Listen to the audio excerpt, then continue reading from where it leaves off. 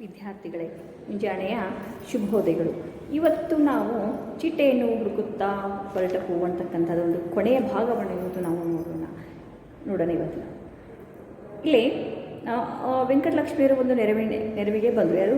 ಪುಣ್ಯವ ಶಾತ ಆ ಒಂದು ಸಮಯದಲ್ಲಿ ಲೆಕ್ಕಮ್ಮ ವೆಂಕಟಲಕ್ಷ್ಮಿಯವರ ಒಂದು ಮನೆಯಲ್ಲಿದ್ದರು. ಯಾರು? ಅಕ್ಕಮ್ಮ ಅಂತಕ್ಕಂಥವರು ಕೂಡ ಇಲ್ಲಿ ವೆಂಕಟಲಕ್ಷ್ಮಿಯವರ ಮನೆಯಲ್ಲಿ ಇದ್ದರು. ಅವರು ವೆಂಕಟಲಕ್ಷ್ಮಿಯ ಒಂದು ಸಹಾಯಕ್ಕಾಗಿ ಕೂಡ ಅವರು ಅಕ್ಕಮ್ಮ ಅಂತಕ್ಕಂಥವರು ಯಾರು? ವೆಂಕಟಲಕ್ಷ್ಮಿಯವರ ಸಹಾಯಕ್ಕೆ ಬಂದರು. ಇಲ್ಲಿ ಶಿವರಾಮು ಮಗು ಓದ್ತೀನಿ ಅಂತ ಆಸೆ ಪಟ್ಟರೆ ಅದ್ಯಾಕೆ ಬೇಡ ಅಂತ ಕಲ್ಲು ಹಾಕ್ತಿ ಹೇಳ್ತಾರೆ ಶಿವರಾಮರಿಗೆ, ಅಂದರೆ ನಿರಂಜನಿಗೆ. ನೀವು ಅವರು ಓದಬೇಕು, ಮುಂದೆ ಓದಬೇಕು ಅಂದಾಗ ನೀವು ಯಾಕೆ ಬೇಡ ಅಂತ ಇದ್ದೀರಿ, ಅವರು ಓದಿಗೆ ಯಾಕೆ ನೀವು ಕಲ್ಲು ಹಾಕ್ತಾ ಇದ್ದೀರಿ ಅಂತಕ್ಕಂತಹ ಮಾತನ್ನು ಕೂಡ ಇಲ್ಲಿ ಅವರು ಹೇಳ್ತಾರೆ. ಅವರಿಗೆ ಆಸೆ ಇದೆ ಓದಬೇಕಂತ ಮುಂದೆ ಅಂತ ಹೇಳ್ತಾರೆ. ಅದಕ್ಕೆ ಯಾಕೆ ನೀವು ಬೇಡ ಅಂತ ಕಲ್ಲು ಹಾಕ್ತಾ ಇದ್ದೀರಿ ಅಂತ ಹೇಳ್ತಾರೆ. ಅವಳಿಗೆ ಇಷ್ಟವಾದದ್ದನ್ನು ಓದ್ಕೊಳ್ಳಿ ಬಿಡು, ಅದಕ್ಕೆ ಅವ್ರಿಗೆ ಇಷ್ಟ ಆಗ್ತದೆ ಅದಕ್ಕೆ ಓದ್ಕೊಳ್ಳಿ, ನೀವು ಯಾಕೆ ಹೀಗೆ ಹೇಳ್ತೀರಿ ಅಂತ ಹೇಳ್ತಾರೆ. ಓದಲಿ ಬೇಡ ಅಂದವ್ರು ಯಾರು? ಶಿವರಾಮ್ ಹೇಳ್ತಾರೆ, ಓದಲಿ, ನಾ ಎಲ್ಲಿ ಬೇಡ ಅಂದೆ ಅವರಿಗೆ, ಈ ಒಂದು ಕೋರ್ಸ್ ಬೇಡ ಅಂದೆ ಅಷ್ಟೇ. ಈ ಒಂದು ಕೋರ್ಸ್ ಅಂದರೆ ಮೆಡಿಕಲ್ ಓದೋದು ಕೋರ್ಸ್ ಬೇಡ ಅಷ್ಟ ಅಂತಂದಿದ್ದು ನಾನು ಅಂತ ಹೇಳಿ. ಅಷ್ಟೇ, ಮೆಡಿಕಲ್ಗೆ ಅವಳನ್ನ ಓದಿಸೋ ಶಕ್ತಿ ನನಗಿಲ್ಲ, ಅಂದರೆ ಅವಳು ಮುಂದೆ ಓದಲಿಕ್ಕೆ ನನ್ನ ಶಕ್ತಿ ನನಗಿಲ್ಲ ಅದು ಶಕ್ತಿ, ನನ್ನ ಹತ್ರ ಅಷ್ಟು ದುಡ್ಡಿಲ್ಲ ಅಂತ ಅಂದರು ವೆಂಕಟಲಕ್ಷ್ಮಿಯವರ ಒಂದು ತಂದೆ ಶಿವರಾಮು. ನಿಮಗೆ ಶಕ್ತಿ ಇಲ್ಲ ಅಂತ ಅಂದರೆ ಅಂದರೆ ವೆಂಕಟಲಕ್ಷ್ಮಿಯವ್ರ ತಂದೆ ಹೇಳ್ತಾರೆ, ನೀವು ಓದು ಬೇಡ ಅನ್ನಲಿಲ್ಲ, ಮೆಡಿಕಲ್ ಬೇಡ ಅಂತ ಅಷ್ಟೇ ನಾನು ಹೇಳಿದೆ, ಅದಕ್ಕೆ ಇಲ್ಲಿ ನಿಮಗೆ ಶಕ್ತಿ ಇಲ್ಲ ಅಂತಂದರೆ ನಾನು ಓದಿಸ್ತೀನಿ ಬಿಡು. ಅವಾಗ ಹೇಳ್ತಾರೆ ಅಕ್ಕಮ್ಮ ಅವರು ಹೇಳ್ತಾರೆ, ಅವರ ಒಂದು ವೆಂಕಟಲಕ್ಷ್ಮಿಯವ್ರ ತಂದೆಗೆ, ನಿನಗೆ ಓದಲಿಕ್ಕೆ ಅವಳನ್ನು ಓದಿಸ್ಲಿಕ್ಕೆ ನಿಮ್ಮ ಕಡೆ ಶಕ್ತಿ ಇಲ್ಲ ಅಂತಂದರೆ ನಾವು ಓದಿಸ್ತೀನಿ, ನನ್ನ ಕೈಲಾದಷ್ಟು ಸಹಾಯವನ್ನು ನಾನು ಮಾಡ್ತೀನಿ ಅಂತಕ್ಕಂತಹ ಮಾತನ್ನು ಅಕ್ಕಮ್ಮವರು ಹೇಳ್ತಾರೆ. ನನಗೆ ತಾನೇ ಇನ್ಯಾರಿದ್ದಾರೆ, ನನಗೆ ಯಾರಿದ್ದಾರೆ, ನನಗೂ ಕೂಡ ಯಾರೂ ಇಲ್ಲ, ಅದಕ್ಕೆ ನಾನು ಅವಳನ್ನು ಓದಿಸ್ತೀನಿ ಅಂತ ಅಕ್ಕಮ್ಮನ ಈ ಒಂದು ಸವಾಲಿಗೆ ತಂದೆ ಕೂಡ ಉತ್ತರವನ್ನು ಕೊಡಲಿಲ್ಲ. ಈಗ ಅವರೆಲ್ಲರ ಮುಂದೆ ಹೊಸದೊಂದು ಸಮಸ್ಯೆ ಉದ್ಭವಿಸು. ಇಷ್ಟೆಲ್ಲ ನಡೆದಿರ್ತಕ್ಕಂತಹ ಒಂದು ಸಂದರ್ಭದಲ್ಲಿ ಒಂದು ಹೊಸದಾಗಿರ್ತಕ್ಕಂತಹ ಒಂದು ಸಮಸ್ಯೆ ಕೂಡ ಇಲ್ಲಿ ಏನಾಯಿತು ಉಂಟಾಯಿತು ಅಂತ ಹೇಳಿದ್ರೆ, ಇಲ್ಲಿ ಮೆಡಿಕಲ್ ಓದಿಸೋದಂತೂ ಒಂದು ಸರಳವಾಗಿರ್ತಕ್ಕಂಥ ಕೆಲಸ ಅಲ್ಲ. ಆದರೆ ಇಲ್ಲಿ ಆಯಿತು, ಇಲ್ಲಿ ಸಹಾಯವನ್ನು ನಾನು ಮಾಡ್ತೀನಿ, ಸೀಟು ಸಿಕ್ಕರೆ ಮೈಸೂರಿನಲ್ಲಿ ವೆಂಕಟಲಕ್ಷ್ಮಿ ಇರುವುದೆಲ್ಲಿ ಒಂದು ಪ್ರಶ್ನೆ ಕೂಡ ಬಂತು. ಅಂದರೆ ಈಗಾಗಲೇ ಓದಿಸೋದು ನಿರ್ಧಾರ ಆಯಿತು, ಸೀಟ್ ಸಿಕ್ಕರೆ ಅವರನ್ನು ಎಲ್ಲಿ ಇರಿಸಬೇಕು, ಅವರು ಎಲ್ಲಿ ಇರಬೇಕು ಅಂತಕ್ಕಂತಹ ಒಂದು ಪ್ರಶ್ನೆಯಲ್ಲಿ ಕುಡಿಬಿಟ್ಟು ಅಕ್ಕಮ್ಮ ಬಹಳ ಹೊತ್ತು ಒಂದು ಯೋಚನೆಯನ್ನು ಮಾಡಿ ಮೈಸೂರಿನಲ್ಲಿ ನನ್ನ ಅಂದ್ರೆ ಅವರ ಒಂದು ಸಹೋದರನ ನನ್ನ ಹನುಮಯ್ಯ ಶೆಟ್ಟಿ ಇಲ್ವೇ ಅಂದ್ರೆ ಅವರ ಸಹೋದರ ಆಗಿರ್ತಕ್ಕಂಥ ಹನುಮಯ್ಯ ಶೆಟ್ಟಿ ಅಂತಕ್ಕಂಥವ್ರು ಮೈಸೂರಿನಲ್ಲಿದ್ದಾರೆ. ಅವಳ ಮಗಳು ಶಾರದಾ ಕೂಡ ಮೆಡಿಕಲ್ ಕಾಲೇಜಲ್ಲಿ, ಅಂದರೆ ಅವ್ರ ಮಗಳು ಕೂಡ ಶಾರದಾ ಅಂತಕ್ಕಂಥವಳು ಮೆಡಿಕಲ್ ಕಾಲೇಜಿನಲ್ಲಿ ಅವಳು ಕೂಡ ಓದ್ತಾ ಇದ್ದಾಳೆ. ಅದಕ್ಕೆ ಅವರೇನು ಸಾಕಷ್ಟು ಉಳ್ಳವರು, ಅಂದರೆ ಅವರ ಸಾಕಷ್ಟು ಶ್ರೀಮಂತರಿದ್ದಾರೆ, ಅವ್ರ ಹತ್ತಿರ ಇವಳನ್ನು ಕೂಡ ಇಡೋಣ, ವೆಂಕಟಲಕ್ಷ್ಮಿನ ಅಂತ ಇವರು ಒಂದು ವಿಚಾರವನ್ನು ಮಾಡ್ತಾರೆ. ಅಂದರೆ ಸಾಕಷ್ಟು ಉಳ್ಳವರಿದ್ದಾರೆ, ಅಂದರೆ ಶ್ರೀಮಂತರಿದ್ದಾರೆ, ಅದಕ್ಕೆ ಇರಿಸ್ಕೊಳ್ಳೋಣ, ಅವರಿಗೇನು ಇಟ್ಕೋತಾರೆ ಅಂತ. ಅಂದರೆ ನಾವು ಬೇರೆದವರಿಗೆ ಭಾರ ಆಗಬಾರ್ದು, ಅವ್ರು ಹೇಳ್ತಾರೆ ಯಾರು? ಶಿವರಾಮ್, ನಾವು ಬೇರೆದವ್ರಿಗೆ ಭಾರ ಆಗಬಾರ್ದಲ್ಲ ಅಂತ ಅವ್ರು ಹೇಳ್ತಾರೆ. ಹಾಗಾದರೆ ನೀವು ಮೈಸೂರಿಗೆ ಹೋಗಿ ಅವ್ರ ಹತ್ರ ಮಾತಾಡಬೇಕು ಎಂದು ವೆಂಕಟಲಕ್ಷ್ಮಿ ತಾಯಿ, ಅಂದರೆ ಅವ್ರ ಹತ್ರ ಹೋಗ್ಬೇಕಾದ್ರೆ ಈ ಒಂದು ಹನುಮಯ್ಯ ಶೆಟ್ಟಿ ಇವ್ರ ಹತ್ರ ಹೋಗಿ ನೀವು ಮಾತಾಡ್ರಿ, ನಮ್ಮ ಸೀಟ್ ಸಿಕ್ಕ ಮೇಲೆ ನನ್ನ ಮಗಳು ನಿಮ್ಮ ಹತ್ರ ಇಡ್ತೀವಿ ಅಂತಕ್ಕಂತಹ ಈ ಒಂದು ವಿಚಾರದ ಬದಲಾಗಿ ಅವ್ರ ಹತ್ರ ನೀವು ಮಾತನಾಡ್ರಿ ಅಂತ ವೆಂಕಟಲಕ್ಷ್ಮಿಯವರ ತಾಯಿಯವರ ವೆಂಕಟಲಕ್ಷ್ಮಿ ತಂದೆಯವರಿಗೆ ಹೇಳ್ತಾರೆ. ಆಯಿತು, ಸಂದರ್ಶನಕ್ಕೆ ಹೊರಟ ವೆಂಕಟಲಕ್ಷ್ಮಿಯವರ ಜೊತೆ ಅಕ್ಕಮ್ಮನು ಕೂಡ ಹೊರಟರು.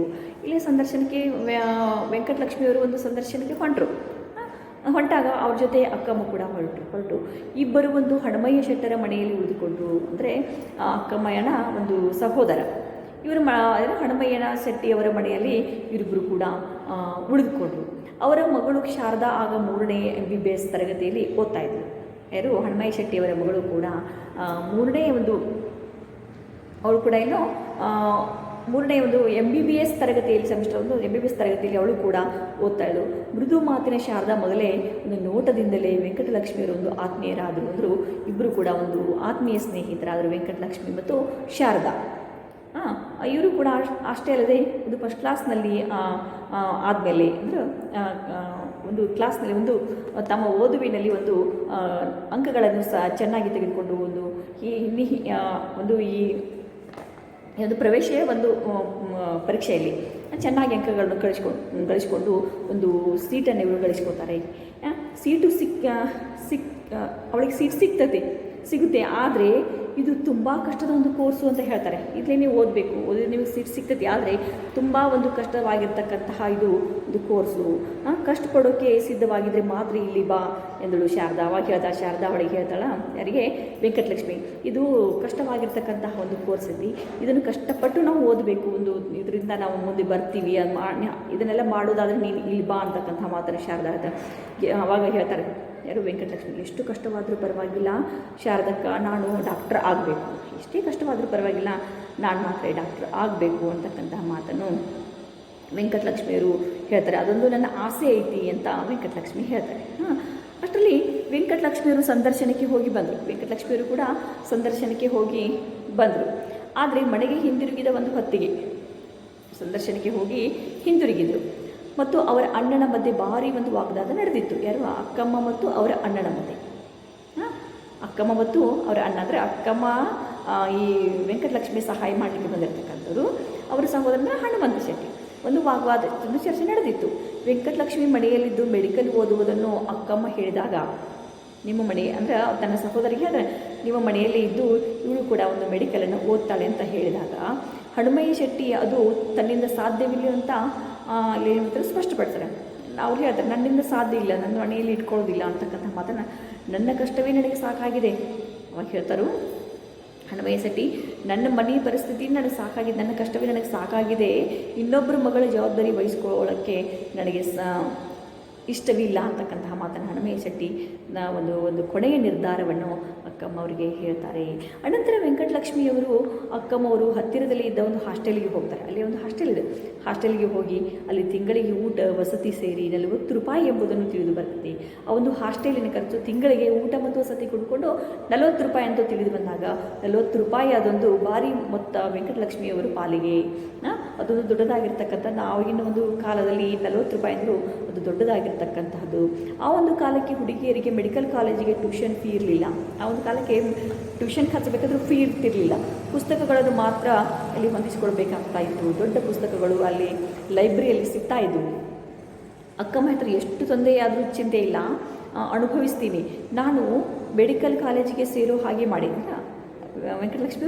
ಎಷ್ಟೋ ಒಂದು ಕಷ್ಟವಾದರೂ ಅಡ್ಡಿಲ್ಲ, ಸರಿ ಇಲ್ಲ, ಆದರೆ ನೀವು ನನಗೆ ನನ್ನ ಮೆಡಿಕಲ್ ಕಾಲೇಜ್ ಓದಿಸಲೇಬೇಕು, ನಾನು ಕಷ್ಟಪಟ್ಟು ಓದ್ತೀನಿ, ನೀವು ಹೇಗಾದರೂ ನನ್ನನ್ನು ಸೇರಿಸಲೇಬೇಕು ಅಂತಕ್ಕಂಥ ಮಾತು ವೆಂಕಟಲಕ್ಷ್ಮಿ ಹತ್ರ. ಅಕ್ಕಮ್ಮನವರು ವೆಂಕಟಲಕ್ಷ್ಮಿ ಅಂಗಲಾಚಿದರು.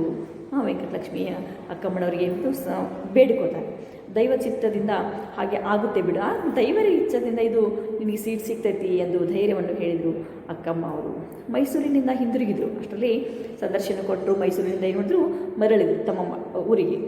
ವೆಂಕಟಲಕ್ಷ್ಮಿಯವರು ದುಗುಡ ಒಂದು ವ್ಯಥೆಗಳಿಂದ ದಿನಗಳನ್ನು ಕಳೆದಾಯ್ತಂದ್ರೆ ಒಂದು ದುಃಖದಿಂದ ನನಗೆ ಮೆಡಿಕಲ್ ಸೀಟ್ ಸಿಗ್ತಾಯಿತ್ತು ಇಲ್ಲೋ ಅನ್ಕೊಂತು ಒಂದು ಕಾಲವನ್ನು ಕಳೆದ. ಆದರೆ ಮರುವಾರ ಅವರಿಗೆ ಮೆಡಿಕಲ್ ಕಾಲೇಜಿನಲ್ಲಿ ಸೀಟು ಸಿಕ್ತು ಅಂತಕ್ಕಂತಹ ಒಂದು ವಾರ್ತೆ ಕೂಡ ಬಂದುಬಿಡ್ತು. ಮನೆಯಲ್ಲೆಲ್ಲ ಹರ್ಷ, ಅವರಿಗೆ ಸಂತೋಷದಿಂದ ಮನೆಯೆಲ್ಲ ತುಂಬಿಕೊಂಡ್ರು. ನೋಡು, ಅವಳ ಹಣೆಯಲ್ಲಿ ಡಾಕ್ಟರ್ ಆಗಬೇಕಂತೂ ಬರೆದಿದೆ, ಅದನ್ಯಾರೂ ತಪ್ಸೋಕ್ಕಾಗಲ್ಲ. ಅವಳ ಹಣೆಯಲ್ಲಿ ಬರೆದಿದೆ ಡಾಕ್ಟರ್ ಆಗಬೇಕಂತ. ಈಗ ಹೆಂಗೆ ಮಾಡಬೇಕು? ಸೀಟ್ ಮಾತ್ರ ಸಿಕ್ಕಿದೆ, ಇನ್ನು ಮುಂದಿನ ಒಂದು ವಿಚಾರವನ್ನು ನಾವು ಮಾಡಬೇಕು. ತಕ್ಷಣಕ್ಕೆ ಅವಳಿಗೆ ಬೇಕಾಗಿರೋದು ಹಾಸ್ಟೆಲ್ ಫೀ ಅಲ್ವೇ? ಅಂದರೆ ಆಕೆಗೆ ಎಷ್ಟು ಬೇಕು? ಹಾಸ್ಟೆಲ್ ಫೀ ಕೊಡಬೇಕು, ಸ್ಕೂಲ್ ಫೀ ಕೊಡಬೇಕು. ತಿಂಗಳಿಗೆ ಎಷ್ಟು? 20 ರೂಪಾಯಿ. ಅದನ್ನು 20 ರೂಪಾಯಿ ನಾನು ಕೊಡ್ತೀನಿ, ಉಳಿದ 20 ರೂಪಾಯಿ ನೀನು ಕೊಡು ಅಂತಕ್ಕಂತಹ ಮಾತನ್ನು ಅಕ್ಕಮ್ಮನವರು ವೆಂಕಟಲಕ್ಷ್ಮಿಯವರ ತಂದೆಗೆ ಹೇಳ್ತಾರೆ. ಈ ಏರ್ಪಾಡಿಗೆ ಶಿವರಾಮ ಒಪ್ತಾರೆ. ವೆಂಕಟಲಕ್ಷ್ಮಿ ತಂದೆ ಒಪ್ತಾರೆ. ಯಾಕಂದರೆ ಅಕ್ಕಮ್ಮ ಅವರು 20 ರೂಪಾಯಿ ಮತ್ತು ಅವರ ತಂದೆ 20 ರೂಪಾಯಿ, 40 ರೂಪಾಯಿ ಆಯ್ತಲ್ಲ. ಅವರು ಕೂಡ ಒಪ್ತಾರೆ. ಮೈಸೂರಿಗೆ ಹೊರಳಿಕೊಂಡು ಕೂಡ ತಯಾರಿಯನ್ನು ಇವರು ಮಾಡ್ತಾರೆ. ಆದರೆ ಮೈಸೂರಿಗೆ ಹೊರಡುವುದು ಅಷ್ಟು ಸುಲಭವಾಗಿರ್ತಕ್ಕಂತಹ ಕೆಲಸ ಅಲ್ಲ. ಮೈಸೂರಿಗೆ ಹೋಗೋದು ಕೂಡ ಸುಲಭವಾಗಿರ್ತಕ್ಕಂಥ ಕೆಲಸ ಅಲ್ಲ. ಯಾಕಂದರೆ ವೆಂಕಟಲಕ್ಷ್ಮಿಯವರಿಗೆ ನಿರಂಜನರನ್ನು ಬಿಟ್ಟು ನಡೆಯುವುದು ತುಂಬ ಒಂದು ಕಷ್ಟದ ಕೆಲಸವಾಗಿತ್ತು. ಅಷ್ಟರಲ್ಲಿ ಏನಾಗಿತ್ತು, ವೆಂಕಟಲಕ್ಷ್ಮಿಯವರು ನಿರಂಜನರನ್ನು ಬಿಟ್ಟು ಹೋಗೋದು ತುಂಬ ಒಂದು ಕಷ್ಟದ ಕೆಲಸ ಆಗಿತ್ತು. ತಮಗೆ ಸೀಟು ಸಿಕ್ಕ ಒಂದು ವಿಷಯವನ್ನು ಪತ್ರ ಮುಖೇನ ನಿರಂಜನಿಗೆ ಅವರು ತಿಳಿಸ್ತಾರೆ. ನನಗೆ ಮೆಡಿಕಲ್ ಸೀಟ್ ಸಿಕ್ಕಿದಂಥ ಪತ್ರದ ಮುಖಾಂತರವಾಗಿ ತಿಳಿಸ್ತಾರೆ. ಯಥಾ ಪ್ರಕಾರ ಒಂದು ಸಂಜೆ ಮಲ್ಲೇಶ್ವರಂದ ಒಂದು ಕ್ರಾಸಿಗೆ ಬಳಿ ಇಬ್ಬರು ಕೂಡ ಭೇಟಿಯಾಗ್ತಾರೆ. ಆಗಿ ರಾಜಾಜಿನಗರದತ್ತ ಇಬ್ಬರು ಕೂಡ ನಡ್ಕೊಂಡು ಹೋಗ್ತಾರೆ. ಇಬ್ಬರ ಒಂದು ಮಧ್ಯೆ ಹೆಚ್ಚು ಮಾತಿರಲಿಲ್ಲ. ಇಬ್ಬರು ಕೂಡ ಒಂದು ಹೆಚ್ಚಾಗಿರ್ತಕ್ಕಂತಹ ಮಾತನ್ನು ಕೂಡ ಆಡ್ತಾ ಇರಲಿಲ್ಲ. ನಿರಂಜನವರ ಒಂದು ಮುಖದಲ್ಲಂತೂ ಒಂದು ದುಗುಡ, ಆತಂಕ, ಒಂದು ಢಾಳವಾಗಿರ್ತಕ್ಕಂಥ ಒಡೆದು ಕಾಣ್ತಂದ್ರೆ ಅವರಲ್ಲಿ ಒಂದು ದುಃಖ, ನನ್ನನ್ನು ಬಿಟ್ಟು ಹೋಗ್ತಾರಲ್ಲ ಅಂದ್ಕೊಂಡು ಒಂದು ದುಃಖದಿಂದ ತುಂಬಿತ್ತು. ನೀವು ಬೇಜಾರು ಮಾಡ್ಕೋಬಾರ್ದು, ನನಗೋಸ್ಕರ ಒಪ್ಕೋಬೇಕು. ವೆಂಕಟಲಕ್ಷ್ಮಿ, ನೀವೇನು ಬೇಜಾರು ಮಾಡ್ಕೋಬಾರ್ದು, ನನಗೋಸ್ಕರ ನೀವು ಒಪ್ಕೋಬೇಕು. ಮೈಸೂರಿಗೆ ಅಷ್ಟೊಂದು ದೂರ ಎಂದರು ನಿಜ, ನೀ ಎಷ್ಟು ದೂರ ಮೈಸೂರಿಗೆ ಹೋಗ್ತಾ ಇದೆಯಾ ಅಂತ ನಿರಂಜನು ಹೇಳ್ತಾರೆ. ರಜೆಯಲ್ಲಿ ಬರ್ತೇನೆ, ಬರ್ತಲೇ ಇರ್ತೀನಿ, ರಜೆ ಸಿಕ್ಕಾಗ ನಾನು ಬರ್ತೀನಿ ಅಂತ ವೆಂಕಟಲಕ್ಷ್ಮಿ. ಎಲ್ಲಿ ಎಷ್ಟು ಜನ ಸಹಪಾಠಿಗಳಿರ್ತಾರೆ, ಅಲ್ಲಿ ಎಷ್ಟೋ ಜನ ಸಹಪಾಠಿಗಳು ಇರ್ತಾರೆ, ಅಲ್ಲಿ ನನ್ನನ್ನು ಮರೆತು ಬಿಡ್ತೀರೇನೋ. ನಿರಂಜನ ಹೇಳ್ತಾ, ನೀನು ಮೈಸೂರಿಗೆ ಹೋದ್ಮೇಲೆ ನಿನಗೆ ಸಹಪಾಠಿಗಳು, ನಿನ್ನ ಸ್ನೇಹಿತರ ಅಷ್ಟರಲ್ಲಿ ನನ್ನನ್ನು ಕೂಡ ನೀನು ಮರೆತು ಬಿಡ್ತೀಯೋ ಏನೋ ಅಂತಕ್ಕಂತಹ ಮಾತನ್ನು ಅವರು ನಿರಂಜನವರು ಹೇಳ್ತಾರೆ. ಅಯ್ಯೋ, ಎಲ್ಲಾದರೂ ಉಂಟೆ, ನಾನು ಎಲ್ಲಾದರೂ ಉಂಟೆ ನಿಮ್ಮನ್ನು ಮರೆಯೋದು ಅಂತ ಹೇಳ್ತಾರೆ. ನೀವು ಪ್ರಾಣಕ್ಕಿಂತ ಹೆಚ್ಚಿನವರು ಅಂದರೆ ನನ್ನ ಪ್ರಾಣಕ್ಕಿಂತಲೂ ಹೆಚ್ಚಿನವರು ಯಾರು, ನಿರಂಜನವರಿಗೆ ಅಂತ ಹೇಳ್ತಾರೆ ಎಂದು ಭರವಸೆಯನ್ನು ಕೂಡ, ಒಂದು ಸಮಾಧಾನದ ಒಂದು ಕೂಡ ಮಾತನ್ನು ಕೂಡ ವೆಂಕಟಲಕ್ಷ್ಮಿಯವರು ನಿರಂಜನರಿಗೆ ಹೇಳ್ತಾರೆ. ಆದರೂ ನಿರಂಜನರ ಒಂದು ವ್ಯಾಕುಲ ಇರಲಿಲ್ಲ. ನಿರಂಜನರಲ್ಲಿರ್ತಕ್ಕಂತಹ ಒಂದು ವ್ಯಥೆ ಅಂತಕ್ಕಂಥದ್ದು ಅವರಲ್ಲಿ ಕಡಿಮೆ ಆಗಲಿ. ನಾವಿಬ್ಬರು ಜೊತೆಯಲ್ಲಿರಬೇಕಾದ್ರೆ ಇನ್ನು 5 ವರ್ಷ ಕಾಯಬೇಕಲ್ವಾ, ಇಬ್ಬರು ಇನ್ನು ಜೊತೆಯಾಗಬೇಕಾದ್ರೆ, ಯಾಕಂದರೆ ಇವ್ರು ಮೆಡಿಕಲ್ ಓದೋಕ್ಕೆ ಇನ್ನೊಂದು 5 ವರ್ಷ ನಾವು ಕಾಯಬೇಕಲ್ವಾ ಎಂದು ಕೇಳಿದರು. ನಿರಂಜನವರು ಕೇಳ್ತಾರೆ. ವೆಂಕಟಲಕ್ಷ್ಮಿಯವರು ಹೌದೆನ್ನುವಂತೆ ಒಂದು ತಲೆಯನ್ನು ಆಡಿಸ್ತಾರೆ. ಆದರೆ ದುಮ್ಮಳಿಸಿ ಬಂದು ಬಿಕ್ಕಿ ಕೂಡ ಅವರು ಅಳ್ತಾರೆ. ಮೈಸೂರಿಗೆ ಹೊರಡುವ ಮುನ್ನ ತಮ್ಮ ಒಂದು ಆತ್ಮೀಯ ಸ್ನೇಹಿತರಾಗಿರ್ತಕ್ಕಂಥ ಸ್ವರ್ಣ ಮತ್ತು ಇಂದ್ರಾಯಿಗೆ ತಮ್ಮ ಒಂದು ನಿರಂಜನರ ಒಂದು ಸಂಬಂಧದ ಬಗ್ಗೆ ಹೇಳಬೇಕೆಂದು ಕೂಡ ಅವರಿಗೆ ತೋರಿತವರಿಗೆ ಅಷ್ಟರಲ್ಲಿ ವೆಂಕಟಲಕ್ಷ್ಮಿ ಅವರಿಗೆ ತೋರ್ತದೆ. ಅಂದರೆ ತಮ್ಮ ಒಂದು ಯಾವ ರೀತಿಯಾಗಿರ್ತಕ್ಕಂಥ ಒಂದು ಸಂಬಂಧ ಇತ್ತು. ಅವರಿಬ್ಬರು ಒಂದು ಸಂಜೆ ಮನೆಗೆ ಬಂದಾಗ ಅಳುಕುತ್ತಾ ಎಲ್ಲವನ್ನು ಕೂಡ ಅವರು ಹೇಳ್ತಾರೆ. ಆದರೆ ಈ ಸ್ನೇಹ ಸರಿಯಲ್ಲ, ಈ ಥರನಾಗಿರ್ತಕ್ಕಂತಹ ಇದು ಸ್ನೇಹ ಸರಿಯಲ್ಲ ಎಂದು ಸ್ವರ್ಣ ಒಂದು ಖಡಾಖಂಡಿತವಾಗಿ ಅಲ್ಲಿ ಹೇಳ್ತಾಳೆ. ನಿರಂಜನರ ಒಂದು ಗ್ರ್ಯಾಜುಯೇಟ್ ಅಲ್ಲ, ನಿರಂಜನರು ಕೂಡ ಒಂದು ಗ್ರ್ಯಾಜುಯೇಟ್ ಅಲ್ಲ. ನಾಳೆ ನೀನು ಡಾಕ್ಟರ್ ಆಗ್ತಿ, ಮುಂದೆ ನೀನು ಡಾಕ್ಟರ್ ಆಗ್ತಿ, ಆಗ ಈ ಸಂಬಂಧ ಏನೇನು ಹೊಂದೋಲ್ಲ. ನೀನು ಮುಂದೆ ಡಾಕ್ಟರ್ ಆಗ್ತಿ, ಅವರು ಏನು ಗ್ರ್ಯಾಜುಯೇಟ್ ಅಲ್ಲ, ನೀನು ಡಾಕ್ಟರ್ ಆದಮೇಲೆ ಅವರನ್ನು ಎಲ್ಲಿ ಹೊಂತೀನ ಅವ್ರ ಜೊತೆ ಎಂದು ಇಂದಿರಾ ಒಂದು ಅಭಿಪ್ರಾಯವನ್ನು ಇಲ್ಲಿ ವ್ಯಕ್ತಪಡಿಸ್ತಾಳೆ. ವಿದ್ಯಾರ್ಥಿಗಳೇ, ಇನ್ನು ಈ ಒಂದು ಕೊನೆ ಭಾಗದಲ್ಲಿ ಇನ್ನೂ ಸ್ವಲ್ಪ ಉಳಿದಿದೆ. ಈ ಒಂದು ಉಳಿದಿರ್ತಕ್ಕಂತಹ ಭಾಗವನ್ನು ಒಂದು ಮುಂದಿನ ಅವಧಿಯಲ್ಲಿ ನೋಡೋಣ. ಧನ್ಯವಾದಗಳು.